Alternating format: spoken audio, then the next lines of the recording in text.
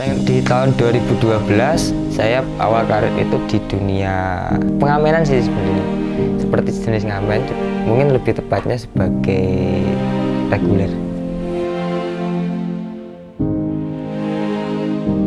Satu lagu itu kita penggarapan tidak sesuai dengan standar umumnya. Dari situlah saya pengen mencoba seperti apa sih dunia aransemen, dan saya di sisi lain itu juga hobi di dunia audio.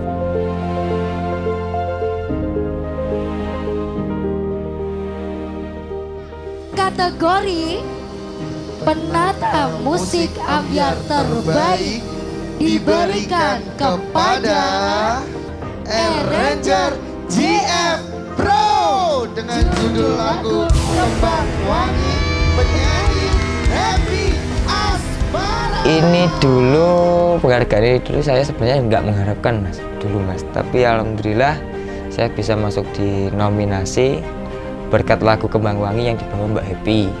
Ini ketika saya mendapatkan award ini, saya mendapati banyak masalah mas, tapi saya mencoba tenang dan coba menerima semua masalah itu dan menghasilkan award ini. Jangan mengharapkan sesuatu terlebih dahulu, terkecuali kalau kamu udah mempunyai hasil, kita baru bisa mengharapkan sesuatu ya gitu.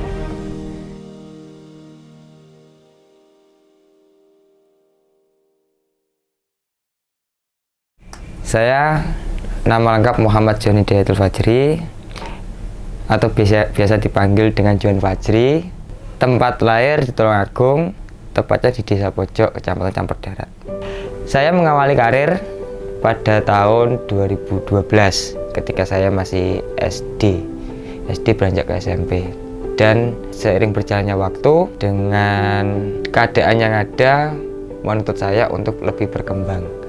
Ya gitu, dan saya memulai di dunia arranger ataupun aransemen di ruang produksi itu tahun 2019 ketika COVID mulai masuk pertama gitu. Dan semua itu saya lakukan secara otodidak.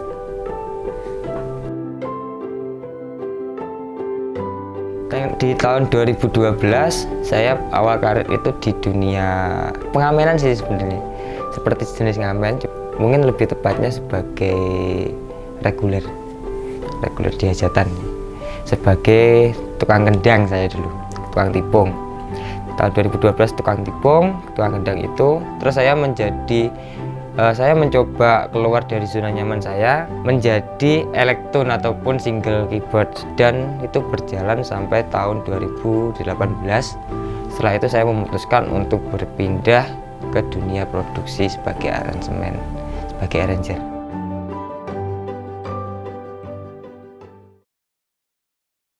Enggak, malah baru denger. Kurang tahu. Arti dari arranger? Nggak tahu mas. Kurang tahu. Kurang tahu mas. Kurang paham sih artinya apa. Waduh, saya kurang tahu mas. Mengapa saya memilih genre dangdut koplo? Genre dangdut koplo itu bagi saya universal mas. Walaupun sering dipandang sebelah mata dengan genre koplo itu, tapi tidak semua orang ataupun tidak semua musisi dia bisa menjadi pengiring dangdut koplo. Karena dangdut koplo itu bisa dikatakan simpel, tapi ada suatu kayak paten sih, kayak cara paten yang tidak bisa mungkin dipelajari secara singkat sih. Intinya saya lebih nyaman saja dengan genre dangdut koplo karena bisa masuk di semua genre. Untuk hardcore bisa, jazz bisa, pop juga bisa, dan banyak genre yang lainnya juga. Intinya gitu. Orang tua kalau dikatakan support, semuanya support sebenarnya. Cuma di sisi lain itu saya mempunyai prinsip yang sendiri, mempunyai pedoman sendiri, dimana ketika saya bisa menghasilkan uang, saya harus menghasilkan uang. Kalau dari ibu, tetaplah kalau seorang ibu dia menuntutnya tetap di akademiknya, tapi kalau di bapak itu lebih ke non akademiknya gitu. Jadi semuanya imbang sih untuk masalah support ataupun nggak supportnya. Yang membuat saya tertarik sebagai orang arranger itu karena saya dulu juga seneng mas, seneng mengaransemen lagu. Ketika saya di dunia teropan itu, kita kan punya satu grup yang dulu namanya JF Pro juga, JF Pro Musik. Satu lagu itu kita penggarapan tidak sesuai dengan standar umumnya. Kita pasti menghasilkan suatu aransemen yang berbeda di lagu itu. Dari situlah saya pengen mencoba seperti apa sih dunia aransemen, dan saya di sisi lain itu juga hobi di dunia audio gitu. Jadi saya dulu tuh di samping saya menjadi musisi, saya dulu juga mengikuti di sound system gitu. Jadi kayak rental vendor itu saya juga ikut ketika SMP. Dari situlah saya ada tekad untuk menjadi seorang arranger. Kalau tahapannya mungkin semuanya hampir sama gitu Mas, dari dangdut, koplo, pop dan juga yang lain. Yang pasti itu kita mempunyai bagan ataupun sampelnya dulu, sampel dari lagu tersebut, lalu kita kembangkan sebagai aransemen yang signifikan. Proses kerjanya panjang sebenarnya Mas, karena kita meliputi kayak tag kendang, tag gitar, terus tag bass, sakso kalau kita memerlukan, bahkan tag vokal. Itu biasanya paling cepat untuk penggarapan satu single. Penggarapan satu single itu kurang lebih ada di 1 bulanan, tergantung dengan kapasitas kinerja kita sih sebenarnya, dan juga seberapa padatnya pesanan produksi gitu sih. Aku nrimo piye elek yo sing lawas mau aku nrimo.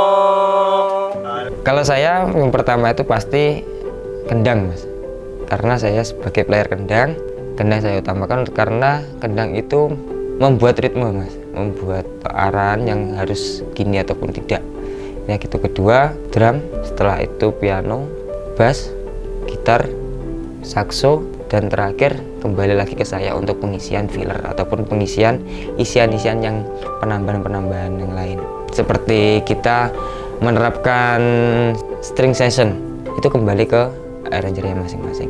Tahapan selanjutnya kita memixing, dan setelah kita mixing dan juga balancing, setelah itu kita masuk ke mastering untuk mendapatkan loudness yang kita inginkan. Kalau mixing itu bahasanya itu mencampur sih Mas. Mixing itu mencampur, dimana semua komposisi musik bisa kita jadikan satu dan bisa menghasilkan audio yang bisa diterima.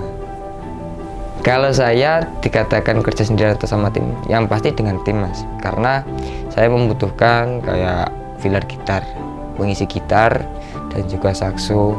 Sekarang saya tidak bisa sendiri, tim saya cuma itu. Kalau saya pakai dari Studio One Presonus. Kalau saya dulu belajar pertama itu memakai Reaper, tapi setelah masuk di dunia pasar produksi, saya berpindah ke Studio One.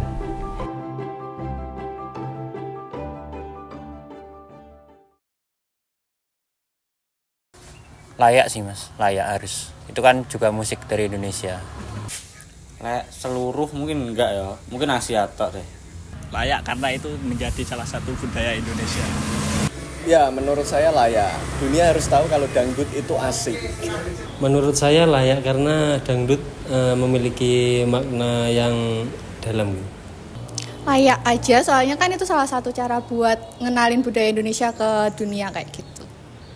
Sangat layak dan sangat layak sekali ya, karena dangdut adalah ya genre orisinil Indonesia, asli Indonesia. Perkembangan musik koplo, lebih tepatnya kalau sekarang itu ambiar Mas, koplo ambiar, itu yang perkembangannya sangat pesat dan sangat-sangat besar. Terutama kita bisa melihat kayak Mas Denny, Mas Darundar Boy Gang, Mbak Happy Asmara, dia bisa mencapai pemasaran di luar negeri. Jadi ya dangdut koplo ambiar itu sekarang memang pesat. Memang kita harus mengakui kalau genre itu ada dan genre itu layak untuk didistribusikan di seluruh dunia.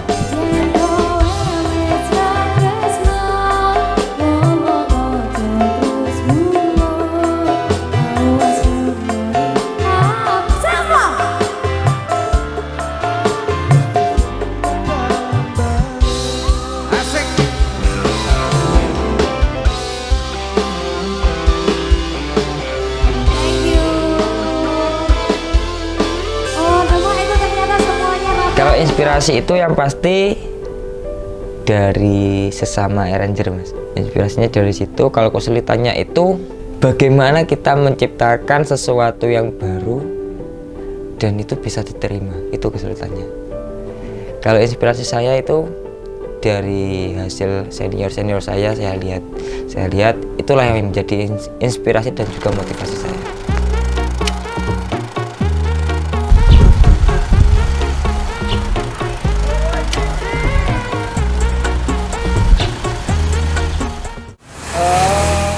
Paham udah ngomong nih, nggak dengerin nih.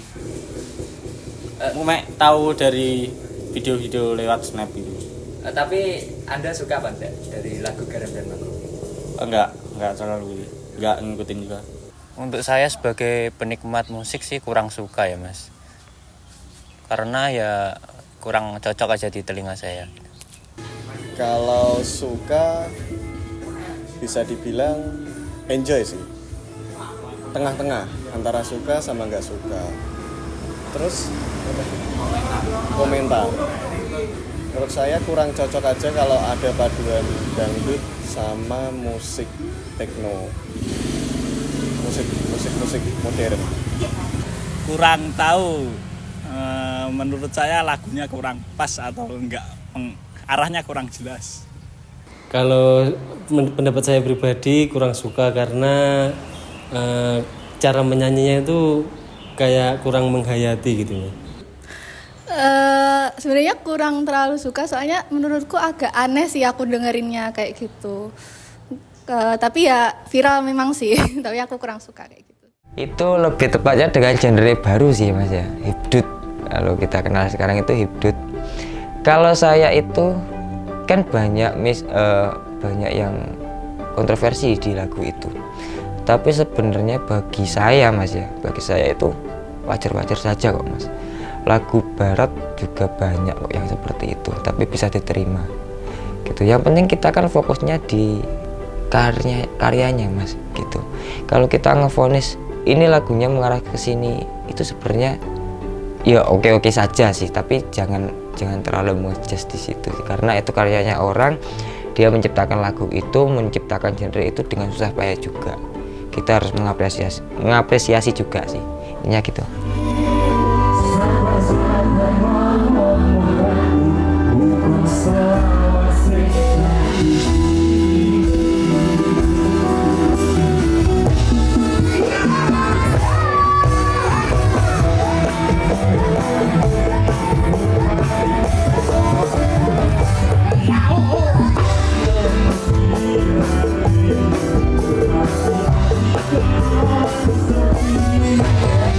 Kalau menyelaraskan tuh menyeimbangkan dengan cara itu tadi mas, kita mengikuti pasar yang sedang berkembang apa. Kita mempunyai genre, di luar ada perkembangan yang baru, ada sesuatu yang baru. Jadi kita harus bisa sebisa mungkin untuk mencoba mengkolabkannya.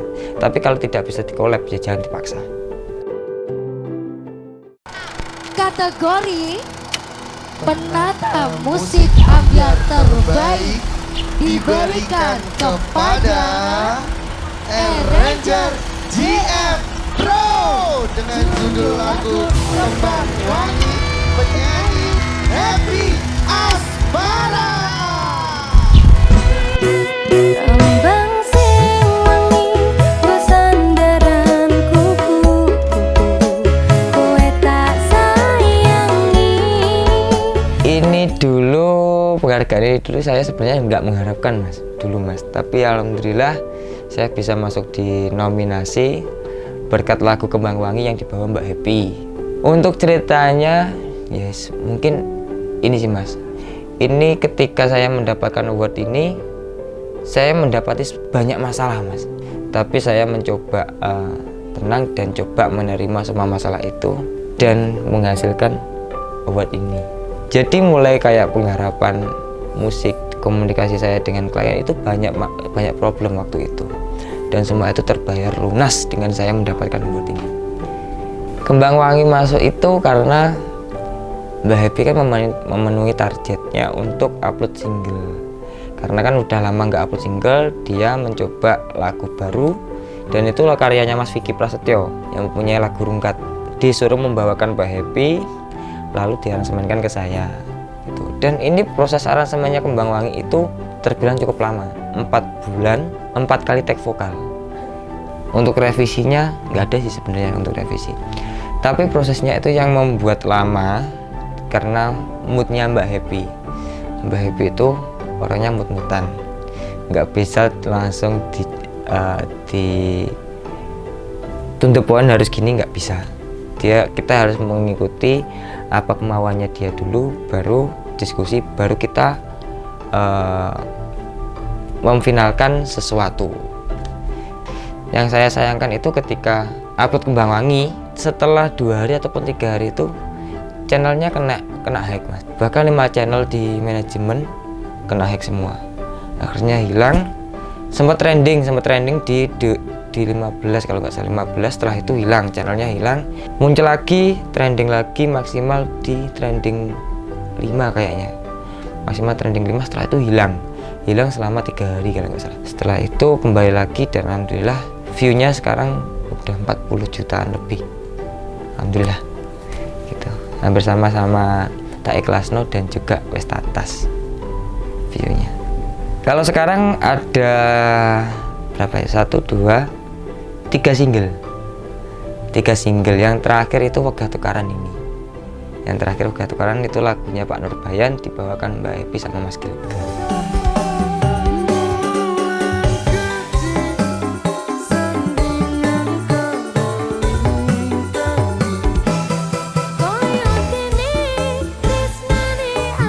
Wegah Tukaran itu suatu jembatan untuk saya membangun komunikasi lagi sama Mbak Happy. Karena setelah saya out dari HA Manajemen di tahun 2024 bulan Agustus, saya sudah lama nggak kontak sama Mbak Happy. Dan waktu itu Desember itu Mbak Happy telepon, dia minta tolong untuk diproseskan singlenya. Oke, saya proseskan dan alhamdulillah prosesnya Wegah Tukaran itu cepat Mas, cuma 1 bulan untuk proses aransemennya. Untuk finishingnya finish di bulan Februari awal.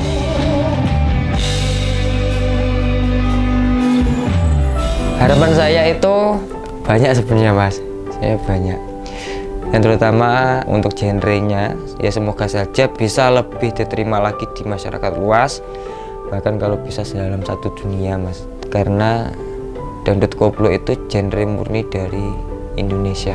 Jadi untuk teman-teman musisi, untuk pop dan juga yang lain-lain, kita nggak perlu gengsi karena dangdut koplo itu juga mempunyai level yang setara sekarang dengan genre-genre yang lain. Bagi saya gitu Mas. Yang penting kita tetap berkarya dan saling menghargai musisi satu sama yang lain. Ya gitu. Itu kalau untuk genrenya. Dan harapan saya untuk JF Pro, saya mengharapkan bisa lebih mengembangkan sayap lagi sih. Kalau saya gitu harapannya Mas. Dan bisa collab dengan label-label besar, contohnya kayak Naga Suara dan juga yang lain-lain. Dan bagaimana cara untuk menjaga hubungannya dengan cara kita mencukupi timeline si label. Insya Allah itu nanti kita tetap bisa kok Mas menjaga konsistennya, berpartner itu bisa kok Mas. Pesannya yaitu tadi yang terutama untuk semua musisi, jangan pernah memandang sebelah mata genre. Yang paling utama itu, karena semua genre itu bisa menghasilkan sesuatu yang istimewa gitu. Intinya nggak perlu gengsi ketika kan banyak Mas dulu kayak anak pop yang melihat di genre dangdut itu seperti gini, tapi oke lah, mungkin itu keputusannya pribadi ya. Tapi kalau bisa untuk sekarang sih coba dihilangkan aja sih Mas, kalau saya itu. Dan juga untuk arranger baru, terutama carilah pengalaman terlebih dahulu. Karena di dunia produksi itu oke lah, mungkin kelihatannya biasa-biasa saja, tapi banyak politik di sini juga. Politiknya sangat banyak sekali, bahkan bisa melebihi porsi orang kantoran. Karena dunia produksi itu dikatakan kejam bisa kejam, tidak juga bisa tidak. Intinya carilah pengalamanmu dulu, jangan mengharapkan sesuatu terlebih dahulu. Terkecuali kalau kamu udah mempunyai hasil, kita baru bisa mengharapkan sesuatu. Intinya gitu. Bulan gede sandingan karo